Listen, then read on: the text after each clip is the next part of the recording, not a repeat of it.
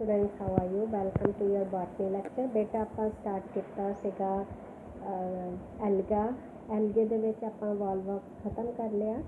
ਅੱਜ ਸਟਾਰਟ ਕਰਾਂਗੇ ਕਲੈਡੋਫੋਰਾ। ਕਲੈਡੋਫੋਰਾ ਵੀ ਗ੍ਰੀਨ ਐਲਗੇ ਦਾ ਹੀ ਮੈਂਬਰ ਹੈ ਆਫਟਰ ਵੋਲਵਕ। ਤੇ ਕਲੈਡੋਫੋਰਾ ਦਾ ਬੇਟਾ ਸਿਸਟੇਮੈਟਿਕ ਪੋਜੀਸ਼ਨ ਜ਼ਰੂਰ ਯਾਦ ਰੱਖਣਾ ਆ। ਵਿਦਾਊਟ ਇਟ ਤੁਹਾਨੂੰ ਮਾਰਕਸ ਨਹੀਂ ਮਿਲਣੇ ਹੈਗੇ। ਜੇ ਤੁਹਾਨੂੰ ਚਾਹੇ ਸੈਕਸ਼ੂਅਲ ਰੀਪਰੋਡਕਸ਼ਨ ਆਵੇ, ਚਾਹੇ ਲਾਈਫ ਸਾਈਕਲ ਆਵੇ, ਕਲੈਡੋਫੋਰਾ ਦੀ ਸਿਸਟੇਮੈਟਿਕ ਪੋਜੀਸ਼ਨ ਤੋਂ ਹੀ ਸਟਾਰਟ ਕਰਨਾ ਆ। ਇਹ ਵੀ ਬਿਲੋਂਗ ਕਰਦਾ ਆ division Chlorophyta, class Chlorophyceae, order Cladophorales, then family Cladophoraceae, genus Cladophora. ਕਿਉਂਕਿ ਤੁਸੀਂ ਨੋਟਬੁੱਕ 'ਤੇ ਲਿਖਣਾ ਹੈ, ਆਨਸਰ ਸ਼ੀਟ 'ਤੇ ਲਿਖਣਾ ਹੈ, ਇਸ ਕਰਕੇ ਇਹਨੂੰ ਅੰਡਰਲਾਈਨ ਜ਼ਰੂਰ ਕਰਨਾ ਹੈ। ਸਪੀਸ਼ੀਸ ਹੈ ਤਾਂ ਉਹਨੂੰ ਅਲੱਗ ਅੰਡਰਲਾਈਨ ਕਰਨਾ ਹੈ, ਅਦਰਵਾਈਜ਼ ਤੁਹਾਡੇ ਇੱਥੇ ਮਾਰਕਸ ਜਿਹੜੇ ਆ ਉਹ ਕੱਟ ਹੋ ਜਾਣੇ ਆ।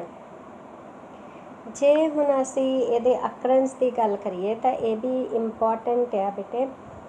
ਕਲੈਡੋਫੋਰਾ ਦੇ ਲਗਭਗ 160 ਸਪੀਸ਼ੀਸ ਆ ਜਿਹੜੇ ਪੂਰੇ ਵਰਲਡ 'ਚ ਡਿਸਟਰੀਬਿਊਟਡ ਆ। ਸਾਰੀ ਇਹਦੀ ਸਪੀਸ਼ੀਸ ਜਿਹੜੀ ਆ ਉਹ ਇਕੁਐਟਿਕ ਹੁੰਦੀ ਆ, ਮਤਲਬ ਪਾਣੀ 'ਚ ਪ੍ਰੈਜ਼ੈਂਟ ਆ। ਅਤੇ ਜ਼ਿਆਦਾਤਰ ਜਿਹੜੀ ਇਕੁਐਟਿਕ ਸਪੀਸ਼ੀਸ ਆ ਉਹ ਵੀ ਫਰੈਸ਼ ਵਾਟਰ 'ਚ ਪ੍ਰੈਜ਼ੈਂਟ ਹੁੰਦੀਆਂ ਆ, ਔਰ ਓਸ਼ੀਅਨ, ਸਮੁੰਦਰ, ਮੈਰਾਈਨ ਹੈਬੀਟੈਟਸ 'ਚ ਵੀ ਮਿਲਦੀਆਂ ਆ। ਮੈਰਾਈਨ ਹੈਬੀਟੈਟ ਮਤਲਬ ਸਮੁੰਦਰ, ਓਸ਼ੀਅਨਸ ਇੱਕੋ ਹੀ ਗੱਲ ਆ। ਕਈ ਇਹਦੀ ਸਪੀਸ਼ੀਸ ਜਿਹੜੀਆਂ ਆ ਉਹ ਪਰਮਾਨੈਂਟ ਪੌਂਡਸ, ਲੇਕਸ, ਰਿਵਰਸ 'ਚ ਮਿਲਦੀਆਂ ਆ। ਔਰ ਇਹ ਦੇਖੋ ਕਿਸੇ ਵੀ ਸਬਸਟ੍ਰੈਟਮ ਨਾਲ ਜੁੜੇ ਹੁੰਦੇ ਆ ਵਿਦ ਦਾ ਹੈਲਪ ਆਫ ਰਾਈਜ਼ੋਇਡਸ ਛੋਟੇ ਔਨ ਜਿੱਦਾਂ ਕਿ ਸਪੋਜ਼ ਆਹ ਟਰੀ 'ਤੇ ਇਹ ਗਰੋ ਕਰ ਸਕਦੇ ਆ ਅਗਰ ਫੇਵਰੇਬਲ ਕੰਡੀਸ਼ਨਸ ਆ। ਵੁਡਨ ਲੌਗਸ ਮਤਲਬ ਟਰੀ ਦੇ ਜਿਹੜੇ ਸਟੈਮਸ ਕੱਟ ਕੇ ਰੱਖੀਆਂ ਹੁੰਦੀਆਂ ਜਿਨ੍ਹਾਂ ਤੋਂ ਫਰਨੀਚਰ ਵਗੈਰਾ ਬਣਾਉਣਾ ਹੁੰਦਾ ਆ, ਉਹਨਾਂ ਤੋਂ। ਔਰ ਰੌਕਸ 'ਤੇ, ਸਟੋਨਸ 'ਤੇ ਕਈ ਸਪੀਸ਼ੀਸ ਜਿਹੜੀਆਂ ਉਹ ਪ੍ਰੈਜ਼ੈਂਟ ਹੁੰਦੀਆਂ। ਕੁਛ ਜਿਹੜੀਆਂ ਸਪੀਸ਼ੀਸ ਆ ਉਹ ਇਹਦੀਆਂ ਇਪੀਫਿਟਿਕ ਹੁੰਦੀਆਂ ਆ, ਮਤਲਬ ਜਿਹੜੇ ਅਦਰ ਇਕੁਐਟਿਕ ਪਲਾਂਟਸ 'ਤੇ ਗਰੋ ਕਰਦੇ ਆ। ਅਤੇ ਵਾਈਲ ਕੁਛ ਸਪੀਸ਼ੀਸ ਜਿਹੜੀਆਂ ਉਹ ਇਪੀਜ਼ੋਇਕ ਆ, ਮਤਲਬ ਔਨ ਅਦਰ ਐਨੀਮਲਸ ਦੇ ਸ਼ੈਲ 'ਤੇ ਗਰੋ ਕਰਦੇ, ਜਿੱਦਾਂ ਸਨੇਲਸ ਦੇ ਸੈੱਲ 'ਤੇ ਕਲੈਡੋਫੋਰਾ ਕ੍ਰਿਸਪੈਟਾ ਗਰੋ ਕਰਦਾ ਆ। ਫਿਊ ਸਪੀਸ਼ੀਸ ਜਿਹੜੀਆਂ ਆ ਉਹ ਅਕਰ ਐਜ਼ ਫ੍ਰੀ ਫਲੋਟਿੰਗ ਇਨ ਟੈਂਗਲਡ ਮਾਸ। ਆਹ ਦੇਖੋ ਸਬਸਟ੍ਰੈਟਮ ਹੈ ਨੀਚੇ, ਇਹਦੇ 'ਤੇ ਛੋਟੇ ਛੋਟੇ ਰਾਈਜ਼ੋਇਡਸ ਨਾਲ ਇਹ ਫਿਲਾਮੈਂਟਸ ਸਟਰਕਚਰ ਜਿਹੜਾ ਹੈ ਕਲੈਡੋਫੋਰਾ ਦਾ ਆ ਜੁੜਿਆ ਹੁੰਦਾ ਆ। ਹੁਣ ਐਨਟੈਂਗਲ ਦਾ ਮਤਲਬ ਆਹ ਦੇਖੋ ਇਹਦੇ ਜਿਹੜੇ ਫਿਲਾਮੈਂਟਸ ਹੈ ਇਸ ਤਰ੍ਹਾਂ ਨੈਟਵਰਕ ਕ੍ਰੋਸ ਜੁੜੇ ਹੋਏ ਆ, ਤੁਹਾਨੂੰ ਨਹੀਂ ਪਤਾ ਲੱਗਦਾ ਕਿਹੜਾ ਕਿੱਧਰੋਂ ਅਰਾਈਜ਼ ਕਰ ਰਿਹਾ ਆ। ਇਹਨੂੰ ਅਸੀਂ ਟੈਂਗਲ ਮਤਲਬ ਨੈਟਵਰਕ, ਮਾਸਿਸ ਮੈਨੇ ਗਰੁੱਪ।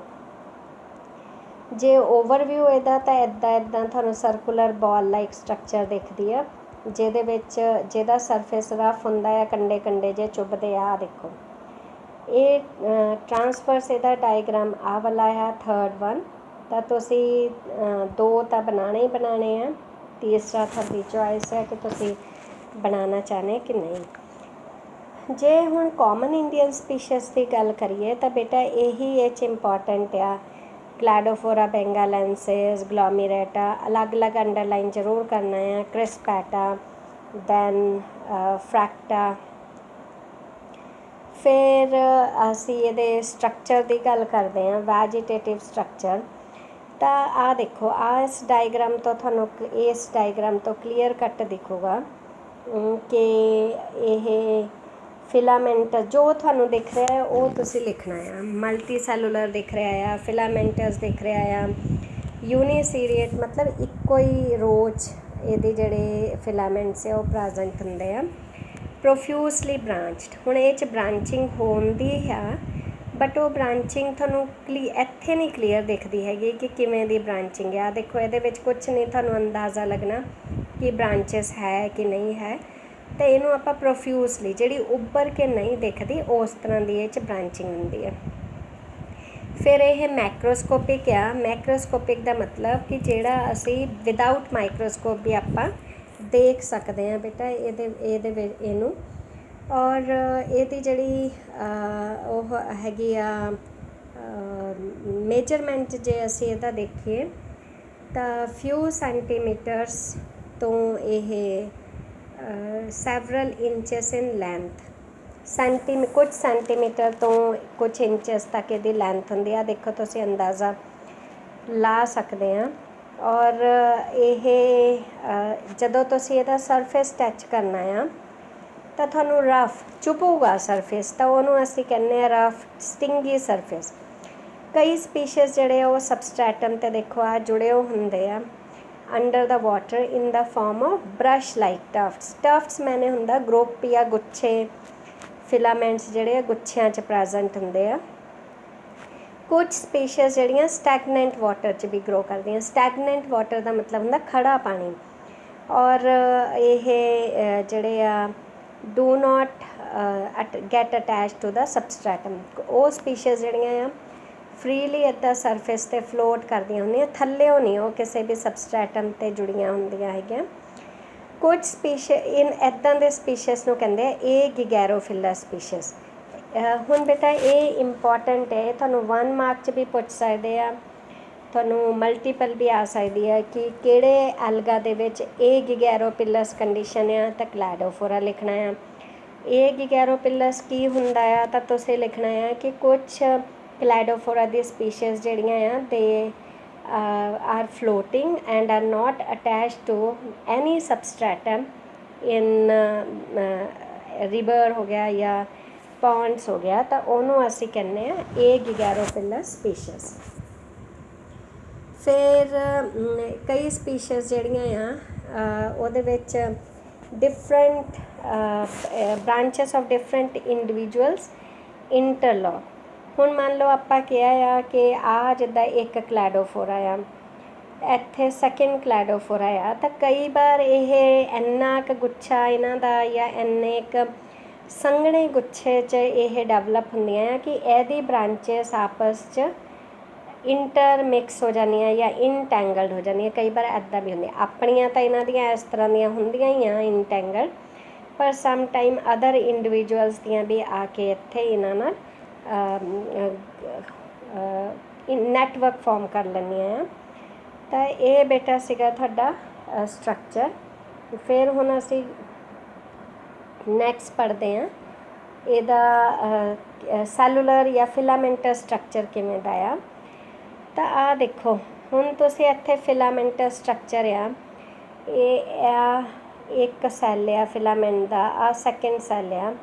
ਤਾਂ ਜਿੱਥੇ ਆ ਲਾਈਨ ਜੋੜਦੀ ਹੈ ਇਹਨੂੰ ਅਸੀਂ ਕਹਿੰਦੇ ਆ ਸੈਪਟਮ। ਇਹ ਤੁਹਾਨੂੰ ਪਤਾ ਹੀ ਆ ਵੈਸੇ। ਬ੍ਰਾਂਚ ਜਿਹੜੀ ਆ, ਹੁਣ ਆਹ ਜਿਹੜਾ ਸੈਪਟਮ ਆ ਇੱਥੋਂ ਇਹ ਹੋ ਗਿਆ ਬੇਸਲ ਸੈੱਲ, ਮਤਲਬ ਬੇਸ ਤੋਂ ਇੱਥੋਂ ਬ੍ਰਾਂਚਿੰਗ ਜਿਹੜੀ ਆ ਉਹ ਅਰਾਈਜ਼ ਕਰਦੀ ਆ from the septum of the basal cell. ਇਹਦੇ ਵਿੱਚ ਬ੍ਰਾਂਚਿੰਗ ਹੁੰਦੀ ਆ ਅਤੇ ਬ੍ਰਾਂਚਿੰਗ ਜਿਹੜੀ ਆ ਲੇਟਰਲ ਹੁੰਦੀ ਆ। ਬੇਟਾ ਆਹ ਦੇਖੋ ਇਸ ਸਾਈਡ 'ਤੇ ਹੋਏਗੀ ਜਾਂ ਇਸ ਸਾਈਡ 'ਤੇ ਹੋਏਗੀ, ਇਹਨੂੰ ਅਸੀਂ ਕਹਿੰਦੇ ਹਾਂ lateral. On the sides, this side ਹੋਵੇ ਚਾਹੇ ਦਿਸ ਸਾਈਡ ਹੋਵੇ, ਤਾਂ ਇਹ ਹੋ ਗਈ ਲੇਟਰਲ ਬ੍ਰਾਂਚਿੰਗ। ਤਾਂ ਕਲੈਡੋਫੋਰਾ ਦੇ ਵਿੱਚ ਬ੍ਰਾਂਚਿੰਗ ਜਿਹੜੀ ਆ ਉਹ ਲੇਟਰਲ ਹੁੰਦੀ ਆ। ਅਸੀਂ ਉਸ ਤੋਂ ਜਿਹੜਾ ਪਿੱਛੇ ਅਸੀਂ ਪੜ੍ਹ ਹੀ ਰਹੇ ਸੀਗੇ ਕਿ ਸਟਰਕਚਰ ਕਿੱਦਾਂ ਦਾ ਹੁੰਦਾ ਆ। ਜਿਹੜੀ ਤੁਸੀਂ ਉਹ ਦੇਖੀ ਸੀ ਬਾਲ ਲਾਈਕ, ਤਾਂ ਉਹਨੂੰ ਅਸੀਂ ਕਹਿ ਸਕਦੇ ਹਾਂ ਕਿ ਹੋਲੋ ਬਾਲ ਸ਼ੇਪਡ ਬਾਡੀ ਫਾਰਮ ਕਰਦੇ ਆ। ਕਿ ਕਈ ਵਾਰ ਉਹ ਬਾਲ ਜਿਹੜੀ ਆ ਹਿਊਮਨ ਹੈਡ ਜਿੰਨੀ ਵੀ ਹੋ ਜਾਂਦੀ ਹੈ, ਇੰਨਾ ਮਤਲਬ ਗੁੱਛੇ ਉਹ 'ਚ ਹੁੰਦੇ ਆ। ਇੱਕ ਕਲੈਡੋਫੋਰਾ 'ਚ ਇੰਨੇ ਫਿਲਾਮੈਂਟਸ ਦੇ ਗੁੱਛੇ ਹੁੰਦੇ ਆ। ਅਤੇ ਇਹ ਵੀ ਇਸ ਤਰ੍ਹਾਂ ਜਿੱਦਾਂ 360 ਡਿਗਰੀ 'ਤੇ ਤੁਸੀਂ ਫੁੱਟਬਾਲ ਨੂੰ ਕਿੱਕ ਮਾਰੋ ਅੱਗੇ ਨੂੰ ਰੁੜਦਾ ਆ, ਐਸੇ ਤਰ੍ਹਾਂ ਇਹ ਅੱਗੇ ਨੂੰ ਰੁੜਦੇ ਜਾਂਦੇ ਆ, ਮੂਵਮੈਂਟ ਕਰਦੇ ਆ ਇਨ ਲੇਕਸ ਵਗੈਰਾ। ਅਤੇ ਜਿਹੜੀ ਇਹਦੀ ਅਟੈਚਡ ਫਾਰਮ ਹੁੰਦੀ ਹੈ, ਮਤਲਬ ਜਿਹਦੇ ਵਿੱਚ ਰਾਈਜ਼ੋਇਡਸ ਨਾਲ ਥੱਲੇ ਸਬਸਟ੍ਰੈਟਮ 'ਤੇ ਜਿਹੜੀ ਸਪੀਸ਼ੀਜ਼ ਜੁੜੀਆਂ ਹੁੰਦੀਆਂ ਆ, ਉਹਨਾਂ ਦੇ ਵਿੱਚ ਰਾਈਜ਼ੋਇਡਲ ਸੈੱਲ ਦਾ ਜਿਹੜਾ ਜਾਂ ਰਾਈਜ਼ੋਇਡਸ ਦੀ ਜਿਹੜੀ ਸਟਰਕਚਰ ਆ ਉਹ ਥੋੜ੍ਹੀ ਅਲੱਗ ਹੁੰਦੀ ਆ। ਰਾਈਜ਼ੋਇਡਸ ਜਿਹੜੇ ਆ ਨਾ ਉਹ ਬ੍ਰਾਂਚ ਦੇ ਹੋ ਸਕਦੇ ਆ, ਸੈਪਟੇਟ ਹੋ ਸਕਦੇ ਆ, ਤੇ from the base of the basal cell arise ਕਰਦੇ ਆ। ਹੁਣ ਆ ਤਾਂ ਸੀਗਾ ਕਿ ਜਿਹੜਾ ਨਹੀਂ ਅਟੈਚਡ ਵਿਦ ਦਾ ਸਬਸਟ੍ਰੈਟਮ। ਆ ਸੈਕਿੰਡ ਸਪੀਸ਼ੀਜ਼ ਆ ਜਿਹਦਾ ਜਿਹੜੀ ਅਟੈਚਡ ਆ ਟੂ ਦਾ ਸਬਸਟ੍ਰੈਟਮ। ਤਾਂ ਤੁਸੀਂ ਦੇਖੋ ਆ ਫਿਲਾਮੈਂਟ ਦਾ ਮੇਨ ਸੈੱਲ ਆ from the base of the basal cell. ਆਹ ਅਪੈਕਸ ਹੋ ਗਈ ਸੈੱਲ ਦੀ ਉੱਪਰ ਵਾਲਾ ਹਿੱਸਾ, ਟਿਪ ਹੁੰਦੀ ਆ ਅਪੈਕਸ। ਆ ਹੋ ਗਿਆ ਬੇਸਲ ਸੈੱਲ ਨੀਚੇ ਵਾਲਾ।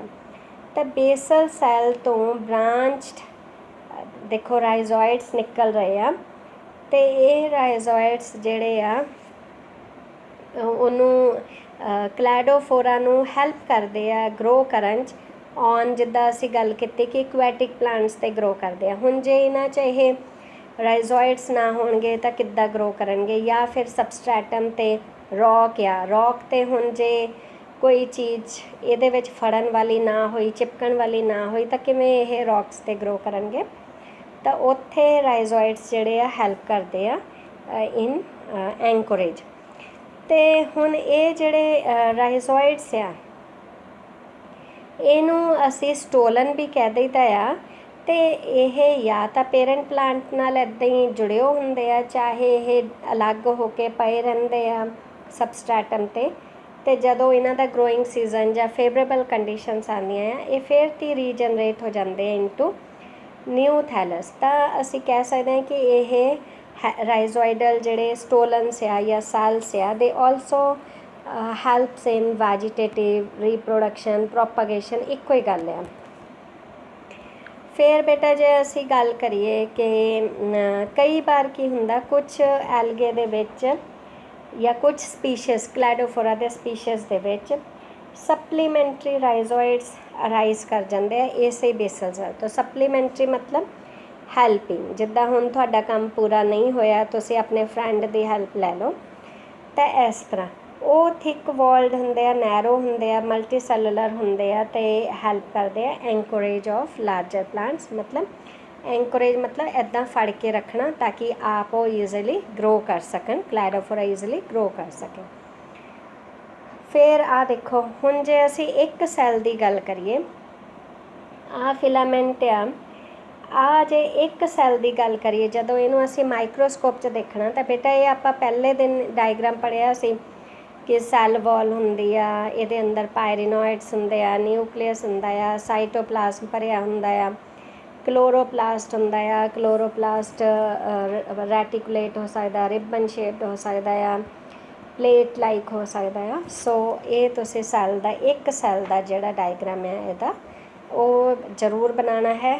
ਇਹਨੂੰ ਇਹ ਇੰਪੋਰਟੈਂਟ ਹੈ। ਫਿਰ ਜੇ ਬ੍ਰਾਂਚਿਸ ਦੀ ਗੱਲ ਮੈਂ ਤੁਹਾਨੂੰ ਪਹਿਲਾਂ ਦੱਸਤੀ ਆ ਕਿ ਲੇਟਰਲੀ ਅਰਾਈਜ਼ ਕਰਦੇ ਆ। ਦੇਖੋ ਲੇਟਰਲੀ ਅਰਾਈਜ਼ ਕਰਦੇ ਆ, ਹੈ ਨਾ, ਸੈਪਟਮ ਤੋਂ। ਇਹ ਟਿਊਬੂਲਰ ਆਊਟਗਰੋਥ ਦੀ ਫਾਰਮ। ਹੁਣ ਆ ਦੇਖੋ, ਇਹਨੂੰ ਤੁਸੀਂ ਸਿਲੰਡਰੀਕਲ ਸੈੱਲ ਕਹਿ ਸਕਦੇ ਆ, ਟਿਊਬੂਲਰ ਸੈੱਲ ਕਹਿ ਸਕਦੇ ਆ, ਜੋ ਮਰਜ਼ੀ ਜਿੱਦਾਂ ਦਾ ਤੁਹਾਨੂੰ ਦਿਖਦਾ ਆ, ਹੈ ਨਾ, ਤੁਸੀਂ ਉੱਦਾਂ ਡਿਸਕ੍ਰਾਈਬ ਕਰ ਦੇਣਾ ਆ। ਹੁਣ ਇਹ ਜਿਹੜੀ ਆਊਟਗਰੋਥ ਆ, ਇਹ ਸੈਪਰੇਟ ਹੋ ਜਾਂਦੀ ਆ from main axis by the formation of septum. ਤਾਂ ਦੇਖੋ ਇੱਥੋਂ ਤੁਹਾਨੂੰ ਕਲੀਅਰਲੀ ਸਮਝ ਆਏਗਾ ਕਿ ਆ ਇੱਕ ਸੈੱਲ ਆ, ਫਿਲਾਮੈਂਟ ਆ ਮੇਨ, ਇੱਥੇ ਸੈਪਟਮ ਆ। ਹੁਣ ਸੈਪਟਮ ਤੋਂ ਬਾਹਰ ਨੂੰ ਆਊਟਗਰੋਥ ਹੋਣੀ ਆ ਐਟ ਸਮ ਐਂਗੂਲਰ, ਇਹਨੂੰ ਅਸੀਂ ਕਹਿ ਦਈਦਾ ਆ ਆਊਟਗਰੋਥ। ਪਹਿਲਾਂ ਇਹ ਛੋਟੀ ਹੋਣੀ ਆ, ਫਿਰ ਹੌਲੀ ਹੌਲੀ ਦੇਖੋ ਵੱਧ ਗਈ, ਫਿਰ ਹੋਰ ਵੱਧ ਗਈ, ਤਾਂ ਇਹਨੇ ਬ੍ਰਾਂਚਿੰਗ ਦੀ ਸ਼ੇਪ ਲੈ ਲੈਣੀ ਆ ਜਾਂ ਬ੍ਰਾਂਚ ਦੀ ਸ਼ੇਪ ਲੈਣੀ ਆ। ਤਾਂ ਇੱਕ ਪੁਆਇੰਟ ਆਉਣਾ ਆ ਕਿ ਜਦੋਂ ਬ੍ਰਾਂਚਿੰਗ ਪੂਰੀ ਕੰਪਲੀਟ ਹੋ ਜਾਣੀ ਆ, ਤਾਂ ਮੇਨ ਫਿਲਾਮੈਂਟ ਔਰ ਬ੍ਰਾਂਚਿਸ ਜਿਹੜੀਆਂ ਆ ਉਹ ਇੱਕੋ ਹੀ ਲੈਵਲ 'ਤੇ ਆ ਜਾਣੀਆਂ ਆ। ਇੱਦਾਂ ਇਹ 'ਚ ਬ੍ਰਾਂਚਿੰਗ ਹੁੰਦੀ ਆ। ਆਹ ਦੇਖੋ, ਆਹ ਮੇਨ ਫਿਲਾਮੈਂਟ ਸੀਗਾ, ਹੈ ਨਾ, ਫਿਰ ਇਹਦੇ ਵਿੱਚ ਆ ਬ੍ਰਾਂਚਿੰਗ ਇੱਧਰ ਨੂੰ ਅਰਾਈਜ਼ ਹੋਈ, ਤਾਂ ਇਹ ਮੇਨ ਔਰ ਬ੍ਰਾਂਚਿੰਗ ਜਿਹੜੀ ਆ ਇੱਕੋ ਹੀ ਲੈਵਲ 'ਤੇ ਇਹਦੇ ਵਿੱਚ ਆ ਜਾਂਦੀਆਂ ਆ। ਇਸ ਤਰ੍ਹਾਂ ਇਹਦੇ ਵਿੱਚ ਬ੍ਰਾਂਚਿੰਗ ਜਿਹੜੀ ਆ ਹੁੰਦੀ ਆ। ਔਰ ਇਹ ਜਿਹੜੀ ਇਹਨੂੰ ਅਸੀਂ ਕਹਿੰਦੇ ਆ ਡਾਇਕੋਟੋਮਸ ਬ੍ਰਾਂਚਿੰਗ। ਡਾਇਕੋਟੋਮੀ ਮਤਲਬ ਦੋ ਹਿੱਸਿਆਂ 'ਚ ਡਿਵਾਈਡ ਹੋਣਾ, ਦੋ ਲੋਬਸ 'ਚ ਡਿਵਾਈਡ ਹੋਣਾ, ਇਹਨੂੰ ਕਹਿ ਦਿੰਦੇ ਆ ਡਾਈਕੋਟਮੀ।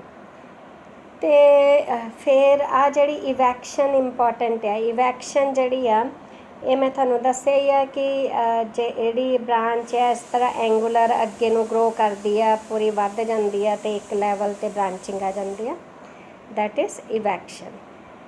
ਫਿਰ ਬੇਟਾ ਸਟਰਕਚਰ ਆਫ ਸੈੱਲ, ਇਹ ਤਾਂ ਮੈਂ ਤੁਹਾਨੂੰ ਦੱਸ ਹੀ ਦਿੱਤਾ ਆ ਕਿ ਆ ਤੁਹਾਨੂੰ ਇਲੋਂਗੇਟਿਡ, ਸਿਲੰਡਰੀਕਲ, ਬਹੁਤ ਸਾਰੇ ਇਹ 'ਚ ਨਿਊਕਲੀਆਈ ਪ੍ਰੈਜੈਂਟ ਆ, ਤਾਂ ਮਲਟੀ ਨਿਊਕਲੀਏਟਿਡ, ਸੀਨੋਸਿਟਿਕ, ਇਹ ਤੁਸੀਂ ਪਿੱਛੇ ਮੀਨਿੰਗ ਪੜ੍ਹ ਹੀ ਚੁੱਕੇ ਆ। ਇਹਦੇ ਵਿੱਚ ਥਿਕ ਵਾਲ ਹੁੰਦੀ ਆ ਸੈੱਲ ਦੇ ਵਿੱਚ, ਹੈ ਨਾ। ਇਹ ਥਿਕ ਵਾਲ 3 ਲੇਅਰਸ ਦੀ ਬਣੀ ਹੁੰਦੀ ਆ ਜਦੋਂ ਤੁਸੀਂ ਮਾਈਕਰੋਸਕੋਪ 'ਚ ਦੇਖੋਗੇ।